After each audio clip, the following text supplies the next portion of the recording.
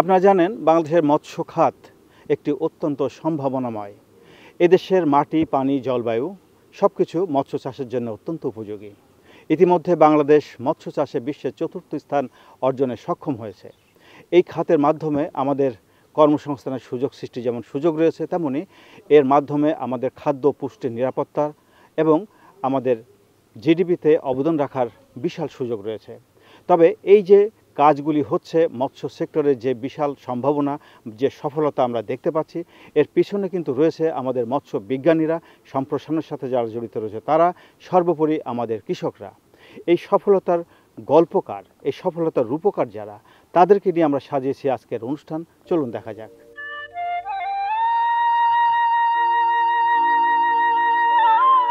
বাংলাদেশকে নদীমাতৃক দেশ বলা হয়।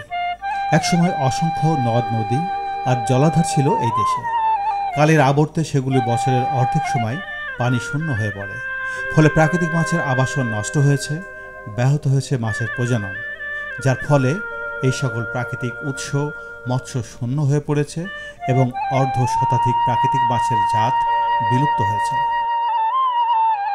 তবে আশার কথা হচ্ছে, পর্যাপ্ত পরিমাণে চাষের মাছ বাজারে পাওয়া যাচ্ছে। মাছে ভাতে বাঙালির মাছের চাহিদা মেটাতে আমাদের মৎস্য বিজ্ঞানীদের অন্তহীন প্রচেষ্টা নিশ্চয় প্রশংসার দাবি রাখে। বাংলাদেশ মৎস্য গবেষণা ইনস্টিটিউটে শতাধিক গবেষণা পুকুর রয়েছে।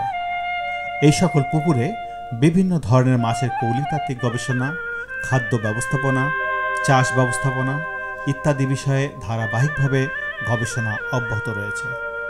এখানে তেলাপিয়া মাছের এ পর্যন্ত সর্বশেষ গবেষণার ফসল সুপার তেলাপিয়ার জাত উদ্ভাবন করে চাষ করা হচ্ছে। এই গবেষণা পুকুরে সুপার তেলাপিয়া মাছের ব্রুড প্রতিপালন করা হচ্ছে।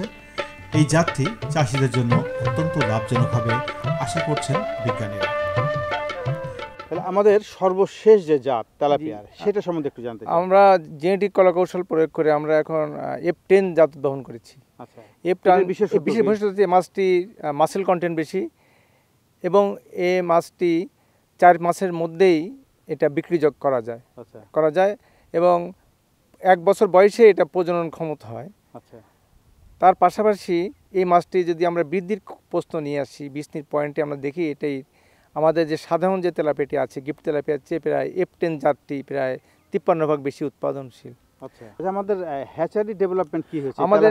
আমরা আপনি 2003 সালে আমাদের দেশে তেলাপিয়া হ্যাচারি ছিল মাত্র 5-6টি মতো সারা বাংলাদেশে। আর আজকে 2017 সালে এসে এটি 500-এর অধিক তেলাপিয়া হ্যাচারি এস্টাবলিশ হয়েছে এবং ম্যাক্সিমাম হ্যাচারি আমাদের বিএফআরআর কারিগরি সহজে প্রতিষ্ঠিত হয়েছে। শুধুমাত্র তেলাপিয়ার বার্ষিক উৎপাদন কত? 2000 সালে তেলাপিয়া উৎপাদন ছিল মাত্র 19,000 মেট্রিক টন অনলি। আর 2017 সালে এসে উৎপাদন প্রায় 3,48,00,000 মেট্রিক টন, যেটা আমাদের মোট মাছ উৎপাদনের প্রায় 10 ভাগ। আপনি কি মনে করেন যে এইটার উৎপাদন আরও বাড়ানো শুধু আমরা এই মাছটির উৎপাদন আরও বাড়ানোর সুযোগ রয়ে গেছে। আমরা এশিয়ার প্রায় 5ম এখন। আর আরেকটি তেলাপিয়া আছে আমাদের, লাল তেলাপিয়া সংগ্রহ করছেন। একটু লাল তেলাপিয়া দেখব। লাল তেলাপিয়া আমরা দেখাবো। জি, এই মাছটি আমাদের দেশে এত পপুলার হয় নাই। আমাদের দেশের গিফট তেলাপিয়াকে পপুলারাইজ করতে 30 বছর লেগেছে। কিন্তু লাল তেলাপিয়াটা এখন এত পপুলার হয় নাই, কিন্তু ইন্টারন্যাশনাল মার্কেটে লাল তেলাপিয়ার একটা ডিমান্ড রয়েছে এবং আমরা গত 2 বছর দেখছি এই মাছটিও বিগত বছরের তুলনায় চাহিদা বেড়েছে।